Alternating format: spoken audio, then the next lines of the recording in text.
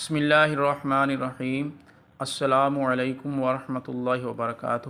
آج کا قصہ بنی اسرائیل کے ایک بادشاہ کا انتخاب کے بارے میں ہے کہ بنی اسرائیل کے ایک بادشاہ کا انتخاب کیسے ہوا۔ معزز ناظرین کرام، جب حضرت شموئیل علیہ السلام نبوت سے سرفراز کیے گئے تو ان کے زمانے میں کوئی بادشاہ نہیں تھا۔ بنی اسرائیل نے آپ سے درخواست کی کہ آپ کسی کو ہمارا بادشاہ بنا دیجئے، تو آپ علیہ السلام نے حکم خدا کے مطابق طالوت کو بادشاہ بنا دیا، جو بنی اسرائیل میں سب سے زیادہ طاقتور اور سب سے بڑا عالم تھا، لیکن بہت ہی غریب و مفلس تھا۔ چمڑا پکا کر یا بکریوں کی چرواہی کر کے زندگی بسر کرتا تھا۔ اس پر بنی اسرائیل کو اعتراض ہوا کہ طالوت شاہی خاندان سے نہیں ہے، لہٰذا یہ کیوں کر اور کیسے ہمارا بادشاہ ہو سکتا ہے؟ اس سے زیادہ تو بادشاہت کے حقدار ہم لوگ ہیں، کیونکہ ہم لوگ شاہی خاندان سے ہیں۔ پھر طالوت کے پاس کچھ زیادہ مال بھی نہیں ہے۔ ایک غریب و مفلس انسان بلا تخت شاہی کے لائق کیوں کر ہو سکتا ہے؟ اس سے پہلے کہ ہم قصے کے بقیہ حصے کی طرف جائیں، آپ سے گزارش ہے کہ آپ چینل کو سبسکرائب کریں، ویڈیو کو لائک اور شیئر کریں۔ تو آپ علیہ السلام نے بادشاہی کی نشانی بیان کی۔ قرآن پاک میں ارشاد ہے، فرمایا اسے اللہ نے تم پر چن لیا اور اسے علم اور جسم میں کشادگی زیادہ دی، اور اللہ اپنا ملک جسے چاہے دے، اور اللہ وسعت والا علم والا ہے۔ تو بعض روایات میں مفسرین کرام نے فرمایا کہ حضرت شموئیل علیہ السلام نے فرمایا کہ بادشاہی کی نشانی یہ ہے کہ تمہارے پاس ایک تابوت آئے گا جس میں تمہارے رب کی طرف سے دلوں کا چین ہے۔ چنانچہ تھوڑی ہی دیر کے بعد 4 فرشتے صندوق لے کر آ گئے اور صندوق کو حضرت شموئیل علیہ السلام کے پاس رکھ دیا۔ یہ دیکھ کر تمام بنی اسرائیل نے طالوت کی بادشاہت کو تسلیم کر لیا۔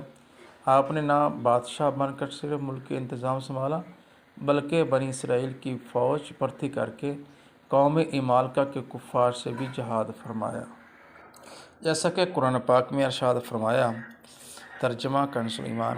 اور ان سے ان کے نبی نے فرمایا کہ بے شک اللہ تعالیٰ نے طالوت کو تمہارے لیے بادشاہ بنا کر بھیجا ہے۔ بولے اسے ہم پر بادشاہی کیوں کر ہوگی، اور ہم اس سے زیادہ سلطنت کے مستحق ہیں۔ اسے مال میں بھی وسعت نہیں دی گئی۔ تو فرمایا اسے اللہ نے تم پر چن لیا اور اسے علم اور جسم میں کشادگی زیادہ دی، اور اللہ اپنا ملک جسے چاہے دے، اور اللہ وسعت والا علم والا ہے۔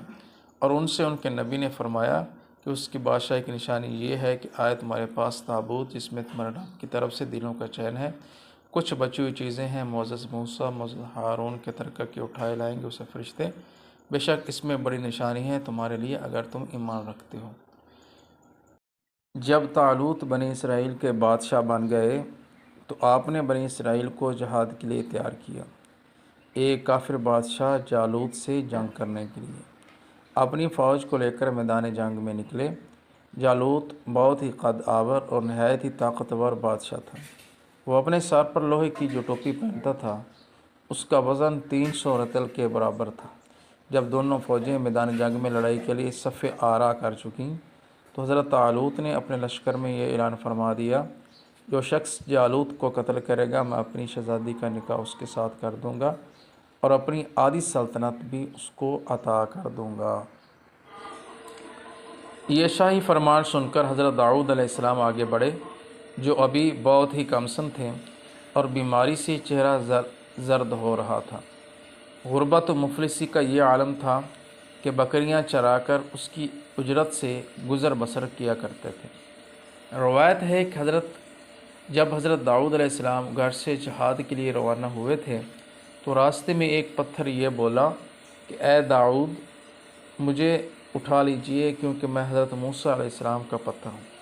پھر دوسرے پتھر نے آپ کو پکارا کہ اے حضرت داؤد، مجھے اٹھا لیجئے کیونکہ میں حضرت ہارون علیہ السلام کا پتھر ہوں۔ پھر ایک تیسرے پتھر نے آپ کو پکار کر عرض کیا کہ اے حضرت داؤد علیہ السلام، مجھے اٹھا لیجئے کیونکہ میں جالوت کا قاتل ہوں۔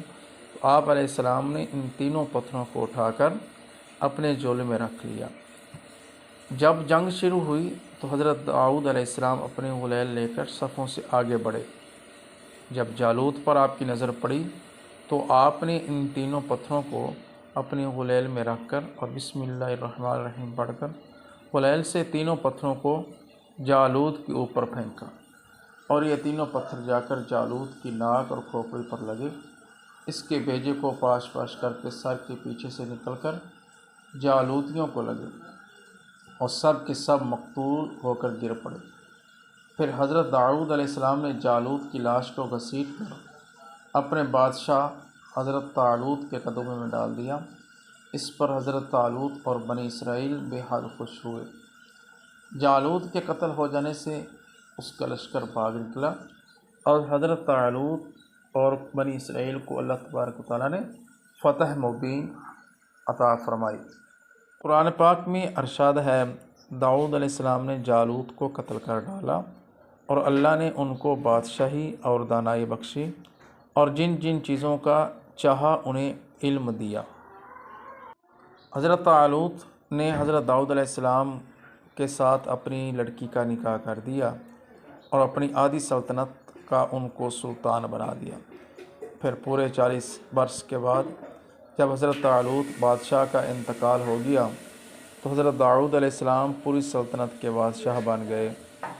جب حضرت شمول کی وفات ہو گئی تو اللہ تعالیٰ نے حضرت داؤد علیہ السلام کو سلطنت کے ساتھ نبوت سے بھی سرفراز فرما دیا۔ قرآن کریم میں ارشاد ہے کہ اے داؤد، ہم نے تمہیں زمین پر خلیفہ بنا دیا، تم لوگوں کے درمیان حق کے ساتھ فیصلے کرو۔ اللہ تبارک و تعالیٰ نے حضرت داؤد علیہ السلام کو بادشاہت اور نبوت ایک ساتھ عطا فرمائی۔ آپ علیہ السلام سے پہلے سلطنت اور نبوت دونوں اعزاز ایک ساتھ کسی کو بھی نہیں ملا تھا۔ آپ پہلے شخص ہیں کہ ان دونوں عہدوں پر فائز ہو کر 70 برس تک سلطنت اور نبوت دونوں مضبوط منصبوں کے فرائض پورے کرتے رہے۔ پھر آپ کے بعد آپ کے فرزند حضرت سلیمان علیہ السلام کو اللہ تبارک و تعالیٰ نے نبوت سے سرفراز فرمایا۔ حضرت داؤد علیہ السلام سے قبل بنی اسرائیل میں نبوت آل لاوی بن یعقوب میں چلی آ رہی تھی، جبکہ بادشاہ دوسرے خاندان یہودا بن یعقوب میں تھی۔ لیکن اللہ رب العزت نے پہلی مرتبہ دونوں اعزازات ایک ہی شخصیت اور ایک ہی خاندان میں جمع فرما دیے۔ حضرت داؤد اللہ کے برگزیدہ نبی اور رسول تھے اور بادشاہ۔ انبیاء کرام میں حضرت آدم علیہ السلام کے بعد حضرت داؤد ہی وہ پیغمبر ہیں جنہیں قرآن کریم نے خلیفہ کے لقب سے نوازا ہے۔ مزید ایسے اسلامی کہانیاں سننے کے لیے اس چینل کو سبسکرائب کریں، ویڈیوز کو لائک اینڈ شیئر کریں۔ جزاک اللہ۔